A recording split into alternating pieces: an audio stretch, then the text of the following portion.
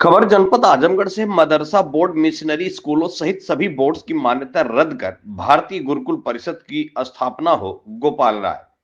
आजमगढ़ में सोमवार के दिन विश्व हिंदू रक्षा परिषद के अध्यक्ष गोपाल राय ने देश की शिक्षा प्रणाली में बड़े बदलाव की मांग उठाई है। उन्होंने मदरसा बोर्ड, ईसाई मिशनरी स्कूलों, आईसीएसई, सीबीएसई और सभी राज्य शिक्षा बोर्डों की मान्यता समाप्त कर अखिल भारतीय गुरुकुल परिषद की स्थापना का प्रस्ताव रखा है। गोपाल राय ने एक संवाददाता सम्मेलन में कहा कि वर्तमान शिक्षा प्रणाली भारतीय संस्कृति, परंपराओं और नैतिक मूल्यों को कमजोर कर रही है। विदेशी शिक्षा प्रणाली के प्रभाव को खत्म करना और गुरुकुल आधारित शिक्षा को पुनर्जीवित करना समय की आवश्यकता है। इसलिए मदरसा बोर्ड और ईसाई मिशनरी स्कूलों की मान्यता समाप्त की जाए, क्योंकि इन संस्थानों के माध्यम से समाज में धार्मिक असंतुलन और धर्मांतरण को बढ़ावा दिया जा रहा है। साथ ही उन्होंने यह भी कहा कि आईसीएसई, सीबीएसई सहित तमाम स्टेट बोर्ड की मान्यता रद्द किया जाना चाहिए, क्योंकि ये सारे बोर्ड भारतीय शिक्षा प्रणाली के मूल्यों के बजाय पाश्चात्य प्रभाव को बढ़ावा देते हैं, जो देश की संस्कृति के लिए हानिकारक है। गोपाल राय ने स्पष्ट शब्दों में कहा कि इन सारे शैक्षणिक बोर्ड की मान्यता खत्म करके अखिल भारतीय गुरुकुल परिषद का गठन किया जाए, जो कि विद्यालयों में वेद, उपनिषद, विज्ञान सहित भारतीय परंपराओं आधारित शिक्षा देने का नीति निर्धारण करेगी। यह अखिल भारतीय गुरुकुल परिषद नैतिक और सांस्कृतिक मूल्यों को प्राथमिकता देकर भारतीय युवाओं को नई शिक्षा दिशा देगी। गोपाल राय ने इस मांग को लेकर जल्द ही पूरे देश में पद यात्रा शुरू करने की बात कही है। उन्होंने कहा कि यह यात्रा लोगों को भारतीय शिक्षा व्यवस्था के महत्व को समझाने और गुरुकुल शिक्षा प्रणाली के लिए समर्थन जुटाने के उद्देश्य से की जाएगी। राय ने स्पष्ट किया कि अगर सरकार ने उनकी मांगों पर ध्यान नहीं दिया तो वे देशव्यापी आंदोलन करेंगे। उनका कहना है कि यह केवल शिक्षा का मुद्दा नहीं, बल्कि भारतीय पहचान और संस्कृति को बचाने का सवाल है। संवाददाता अशोक चौहान की खास रिपोर्ट। सर, सबसे पहले तो मैं आपको बताऊं, बांग्लादेश में जिस तरह से हिंदुओं की हत्या हुई, तो हम लोगों ने उस प्रकरण को लेकर के जंतर मंतर पर पिछले 11 तारीख को बहुत बड़ा धरना प्रदर्शन करके विश्व मानवाधिकार आयोग से लेके सभी राष्ट्राध्यक्ष जो देश के हैं और ज्ञापन भी दिया वहाँ। उसमें ये हमने विषय रखा था, बांग्लादेश में कटते हिंदू, टूटते मंदिर पर विराम लगे, क्योंकि 28% हिंदू थे पहले, आज 8% हो गए।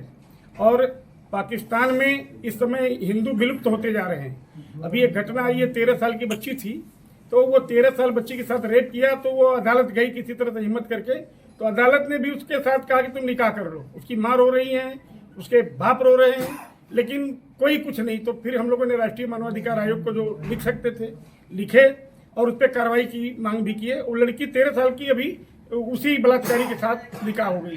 जो वहाँ की अदालती प्रक्रिया है वो बहुत गलत है।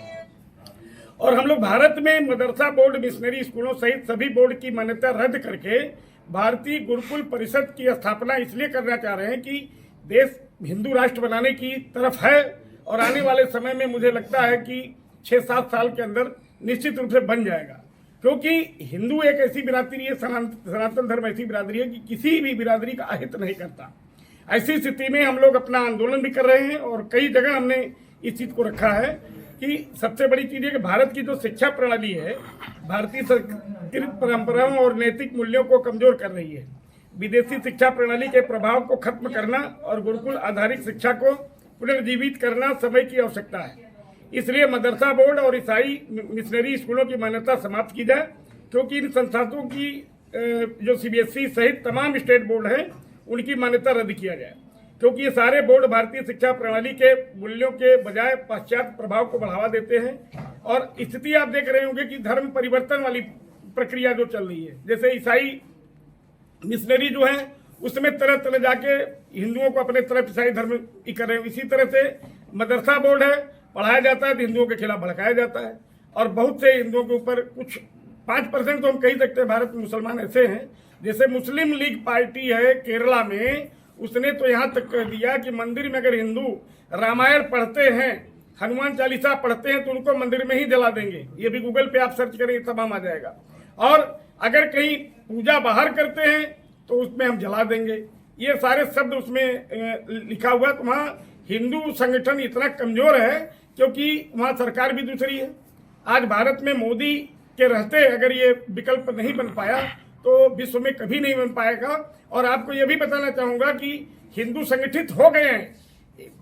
वो जो हमारे योगी जी ने कहा था बटोगे तो कटोगे, तो इसमें हिंदू सब एकजुट हो गए। हिंदू मतलब चाहे दलित हों, चाहे पिछड़े हों, चाहे जनरल कैटेगरी के हों, किसी भी जाति के हों, ये सब संगठित नहीं हुए होते तो पिछले 9 उपचुनाव में 9 में से 7 भारतीय जनता पार्टी को मिला, मतलब हिंदुत्व को मिला। तो आज हिंदुओं की स्थिति यह है कि आप मिल करके एकजुटता से हिंदू राष्ट्र बनाने के लिए संघर्ष कर रहे हैं और आने वाले 6 साल के भीतर निश्चित रूप से हिंदू राष्ट्र बन जाएगा। क्यों कि अभी जो स्थिति है, कई दल उनको समर्थन दे रहे हैं। जो समर्थन देने के बाद उनको ये लगता है कि अगर मैं सरकार अगर ये हिंदू राष्ट्र बनाने की घोषणा करती है पार्लियामेंट में तो हम उसको वापस ले लेंगे। वापस इसलिए ले लेंगे, समर्थन वापस ले लेंगे। क्यों? समर्थन हमारे समर्थन सरकार चल रही है। तो ये स्थिति चल रही है, जबकि इनको भी हिंदू राष्ट्र के लिए समर्थन करना चाहिए जो आज भारतीय जनता पार्टी की सरकार में सहयोग कर रहे हैं और मंत्री भी हैं। तो ऐसे में हम लोगों का मुद्दा यह है कि एक हिंदू राष्ट्र बने और शिक्षा जो हमारी बाधित हो रही है उसको सही गुरुकुल परिणित के हिसाब से अपना इसको कायम करें, क्योंकि हमारा संस्कृत जो कहती है, हमारा जो सनातन कहता है, उस हिसाब से हम बच्चों को शिक्षा दीक्षा दें। इस मुद्दे को लेकर के आज मैं आजमगढ़ में आया था, परसों मैं प्रयागराज में था और इसके पहले मैं भभुआ में था। पिछले 1 सप्ताह में 7वां जिला है हमारा। शाम तक फिर दूसरे जिले में हम रहेंगे। अच्छा, आप कह रहे मदरसे पे कार्रवाई करने की बात कर रहे हैं या जो उनका सत्यापन हो रहा था, तो ऐसे में अब कोर्ट के कार्रवाई भी चल रही है, सब जुडिस मामला है, इस पे आप किस तरीके से देखते? देखिए, अब न्यायालय के प्रकरण में हम क्या कोई भी बोलना उचित नहीं है, क्योंकि हमारे देश का जो संविधान है उस हिसाब से जो न्यायमूर्ति लोग बैठते हैं तो उनकी अलग अलग प्रक्रिया है। अब वो जो भी जजमेंट देते हैं वो न्यायालय के खिलाफ कोई टिप्पणी हम नहीं कर सकते। तो फिर आप मदरसे की आवाज उठा रहे हैं कि उसके ऊपर कार्रवाई की बात, तो फिर ये तो न्याय ये जरूर होना चाहिए, क्योंकि न्यायालय ने आदेश दिया। तो हमारा सबसे बड़ा देश का लोकसभा है, लोकसभा से बड़ा ये हमारी सुप्रीम कोर्ट नहीं है। वहीं पे हमारा संविधान तैयार होता है। तो हमारी पार्लियामेंट के जो सांसद हैं, सरकार है, उसमें मीटिंग करके प्रस्ताव पास करेगी तो सुप्रीम कोर्ट को भी उस बात को मानना पड़ेगा।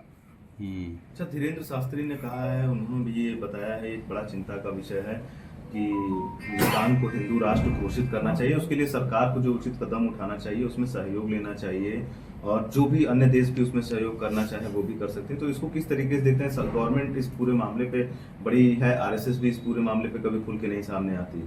देखिए, धीरेन्द्र शास्त्री ने ठीक कहा है। पूरा भारत, यहाँ तक कि 10% मुस्लिम भी चाहते हैं, जो पहले कन्वर्ट हुए थे मुगल शासन काल में, वो भी आज अभी घर वापसी की बात कर रहे हैं। क्योंकि हम हो सकता है कि एक धमाका आपको लखनऊ में मिलेगा बहुत जल्द, क्योंकि हम जब वापसी कराएंगे तो कम से कम हजारों की संख्या में होगी। लोगों ने संपर्क किया है और वो सब पूरे देश की एक खबर बनेगी, क्योंकि वो भी इस धर्म परिवर्तन कराने के बाद से इनका उत्पीड़न होता चला आया है। तो ऐसी स्थिति में धीरेन्द्र शास्त्री जो चला रहे हैं वो गलत नहीं चला रहे। उन्होंने ये तो कहा नहीं कि किसी मुसलमान को हम नुकसान पहुंचाने। हम हिंदू राष्ट्र, मतलब बांग्लादेश में क्या हुआ, बांग्लादेश में हत्या भी हुई है बच्चियों की, संख्या 28 से 8 हो गई। उसके बावजूद भी 5-5 लाख रुपए लेकर के दुर्गा मंडप बना और उसके बाद भी लोगों ने मंडप 2 दिन 3 दिन बाद ढा दिया और धमकाया अलग से जान मारने की। तो ऐसी स्थिति में ये बिल्कुल गलत है और हिंदू राष्ट्र बनना चाहिए। उसमें बहुत से मुसलमान भी समर्थन दे रहे हैं, ऐसा नहीं कि सब लोग हों। जैसे अभी एक भाई ने कहा कि अभी एक घटना हुई है जो सर्वे करने गए थे पुरातत्व के लोग संभल में, तो उसमें कुछ हम सभी मुसलमानों को आरोप नहीं लगा सकते, लेकिन हर समाज में 5% 10% ऐसे गलत आदमी होते हैं जो इसको बढ़ा देते। बताइए, एसडीएम को मारने की क्या आवश्यकता थी? अरे तुम विरोध कर सकते हो भाई, हमारे संविधान में ऐसी प्रक्रिया है, आप विरोध करते, 1000 आदमी 500 आदमी के धरना देते, लेकिन आप मारपीट करने का अधिकार तो न्यायालय संविधान नहीं देता आपको। ऐसी स्थिति में इन लोगों को भी कड़ा दंड देना चाहिए। समाजवादी पार्टी के विधायक के ऊपर भी एफआईआर हुई है संभल में, उनके ऊपर भी भड़काने का आरोप है। नहीं तो देखिए, समाजवादी पार्टी के जो विधायक हैं अगर भड़काएंगे तो निश्चित रूप से कोई भी कानून के खिलाफ, चाहे हम ही क्यों न हो या प्रदेश का कोई मंत्री क्यों न हो, अगर कानून के खिलाफ जाता है तो सरकार कार्रवाई करती है, तो उसमें हम लोगों को सहयोग करना चाहिए। अभी क्या रणनीति है, अभी किस तरीके से उत्तर प्रदेश के उत्तर प्रदेश क्या, मैं तो 12 राज्यों मेरा संगठन है और आने वाले 2025 दिसंबर तक हम 1 करोड़ सदस्य विश्व हिंदू रक्षा परिषद का तैयार करके और आंदोलन को हम तेज गति प्रदान करेंगे। और पूरे हम इंडिया में ही नहीं है, विदेशों में भी हमारे संगठन के पदाधिकारी हैं और वहां जा करके हम जिम्मेदारियां भी दे रहे हैं। अच्छा, अभी आपने धर्म परिवर्तन की भी बात कही। पूर्वांचल में खासतौर पे सबसे ज्यादा इस तरीके के मामले पाए जा रहे हैं, जिसमें पुलिस कार्रवाई भी कर रही है, लेकिन धर्म परिवर्तन का क्रम नहीं रुक रहा है। आप उन लोगों को क्यों नहीं जागरूक करते हैं जो धर्म परिवर्तन कर रहे हैं? देखिए, ऐसा है कि कुछ तो लालच दिया जाता है और केवल यही नहीं है, पूरे भारत में धर्म परिवर्तन का प्रक्रिया चल रही थी लेकिन अब कम हुई है। हम ये नहीं कहते धर्म परिवर्तन नहीं हो रहा है, जहाँ इनकी संख्या ज्यादा है तो दबाव बना करके या किसी रूप में करते हैं। ऐसी स्थिति में उनके खिलाफ अगर कहीं एप्लीकेशन पड़ता है तो सरकार भी कार्रवाई करती है, क्योंकि सरकार ये कुल मिलाकर के चाहे कोई भी जाति धर्म हो, अगर किसी के साथ कोई भी होता है तो योगी सरकार उस पर कड़ा कदम उठाती है। ठीक सर, थैंक यू, धन्यवाद।